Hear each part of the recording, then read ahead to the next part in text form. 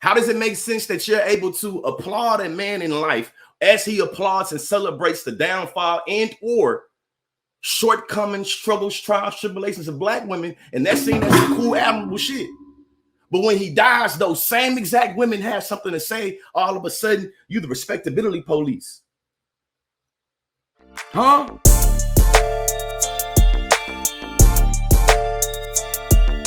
Kevin Samuels. When Kevin Samuels was alive, I had the same energy that I have right now for and about Kevin Samuels. In my hood, we call that being a real nigga. You see what I'm saying? In your hood, I don't know what they call it.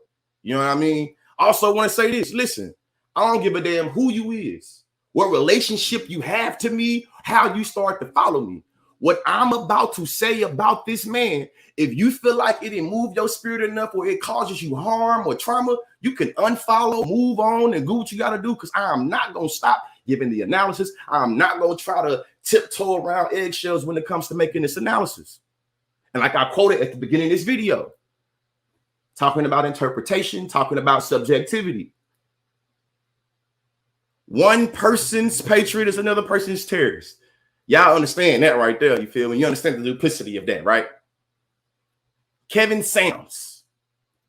Both of us graduated from the University of Oklahoma. Thought I'd point that out. Two kids. So it's just the two kids. No, it's not just. It's big. I mean, you're 30 years old and all this career stuff. Where? How many different fathers? One. Okay. How come you and he didn't get married? I was so young when I was in that relationship, so I met him when How old is your oldest child? 10. How old is your youngest? 7.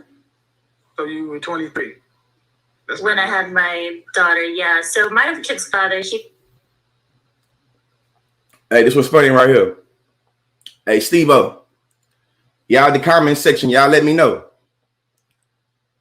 Was Kevin Samuels married twice? Does Kevin Samuels have kids? When Kevin Samuels is making analysis about how women are damaged goods because they are divorced and they have kids, how many households and or damaged goods did Kevin Samuels create? How many? Let's talk facts. The facts. Because, you know, we don't want to deal with opinions. Let's deal with facts. So when I go back to this video, and we get the saying and plan was in this video, let's really think about the facts, right? Because facts over feelings, research over me search, you know. Let's deal in facts. Older than me. But listen to what I'm about to say. You were younger, you were old enough to make babies. Yeah. First one at 20, even though I'm not okay with it, you can let it slide. But the second one, man, that's a choice. Why didn't you? No, we were in the, I was with him for 6 or 7 years. But you weren't his wife. And that's Huh. But you wasn't his wife. Maybe there'll come a time, you feel me, in social media where we can make analysis about the older men that make all these claims and all these declarations about marriage and they're not married. When are we going to be able to have a conversation about men that say, hey, the reason how you get your value is how you orient to a man, and we see you died getting a quickie? What does it mean to talk all this nonsense about fat black women and how they should take care of themselves and you die as a result of not taking care of yourself? So when I ask the question, should we feel sorry for them?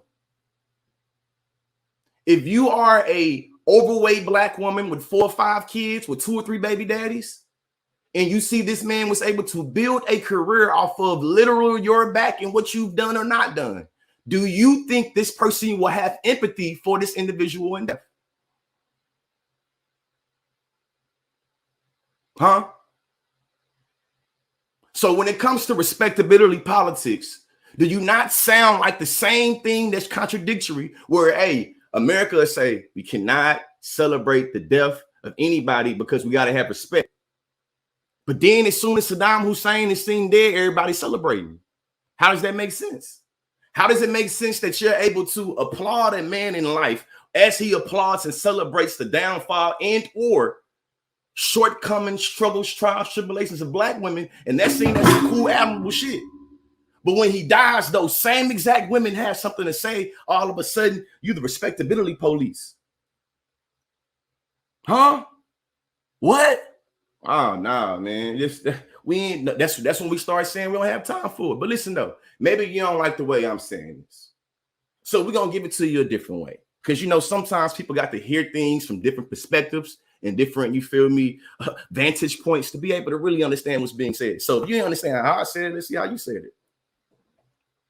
This man spent his entire career online dragging and demeaning black women, asking women what their weight was, dragging them for being fat, dragging them for being undesirable, dragging them constantly.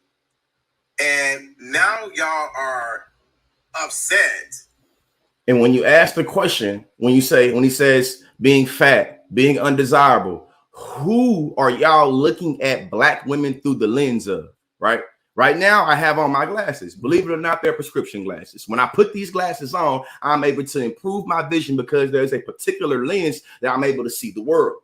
My argument, or the point I would make, is that most people that view Kevin Samuels as being the way, the truth, and the light, you only see your people through the lens of productivity, through the lens of anti-blackness. That says the only way you can have value to me is unless you conform to the standards that mainstream has. I.e., if I can't have me no big house and a white picket fence with a dog and kids, and you already got kids, then I can't do nothing with you. I talked about plantation patriarchy. We can be able to do a study that's able to give you a genealogy for the way in which black men, myself included, have tried to develop and exert power and domination and get positions with using standards that we learn from the plantation, i.e. the white man, i.e. the master, i.e. the master signifier in masculinity and manhood that it seemed like all y'all be going for. Especially when it's like, hey, black feminism is always already bad because y'all say it comes from white feminism. Never the mind that black feminism is created to critique white feminism. The same individuals can make those, hey, well, this come from this and this is bad and it come from this, it's always bad. Y'all don't make those same type of extrapolations when it comes to talking about every speaking point you have about misandry, every speaking point you have about how women are impressing you, every speaking point you have about men's rights literally comes from not only white men, but white men that are anti-black, not only anti-black towards women in terms of black women, but also anti-black towards you. But I did it though. That's the reason why you slang at the F so much, trying to prove your manhood and masculinity to a white man that will never give a damn about you anyway. That's the reason why I say again, during the pandemic, boys got so lost in the sauce and trying to prove they damn selves, and it showed their humanity, where instead of being more consumed and centering what's going on in the community, they were more consumed with building a platform around male domination because they ain't dominating enough. These folks are upset that these folks are giving the energy that he was putting out. Let me tell you something. I'm one of them folks, I don't really care about death like that. Like, it's not one of those things where I feel like I have to respect somebody.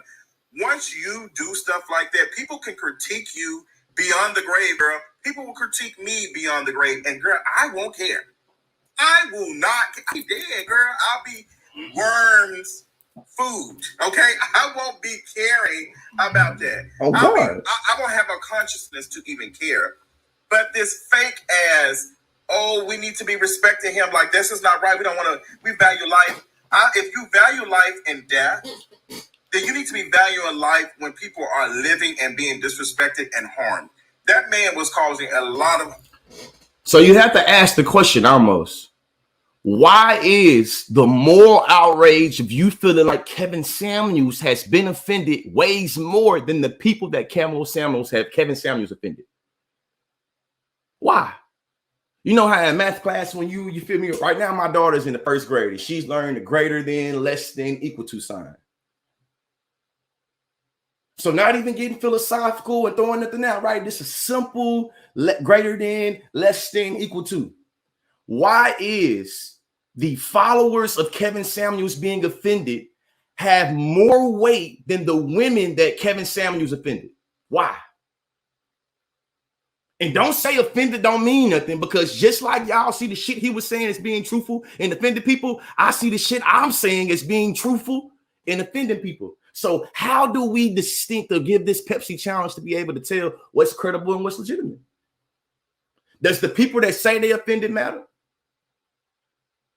So if I build a career of talking shit about ants, and I die, the ant community start to celebrate my death, is y'all gonna act stupid and act like y'all don't know why ants don't like me? Is y'all gonna do that? I hope y'all don't do that, man. Online, constantly berating Black women, constantly. And what is Hey, and Tony, I don't know if you've seen it, Tony, so I'm gonna ask the question again. Why is the followers of Kevin Samuels being offended valued or greater than the people that Kevin Samuels offended when he was building his career?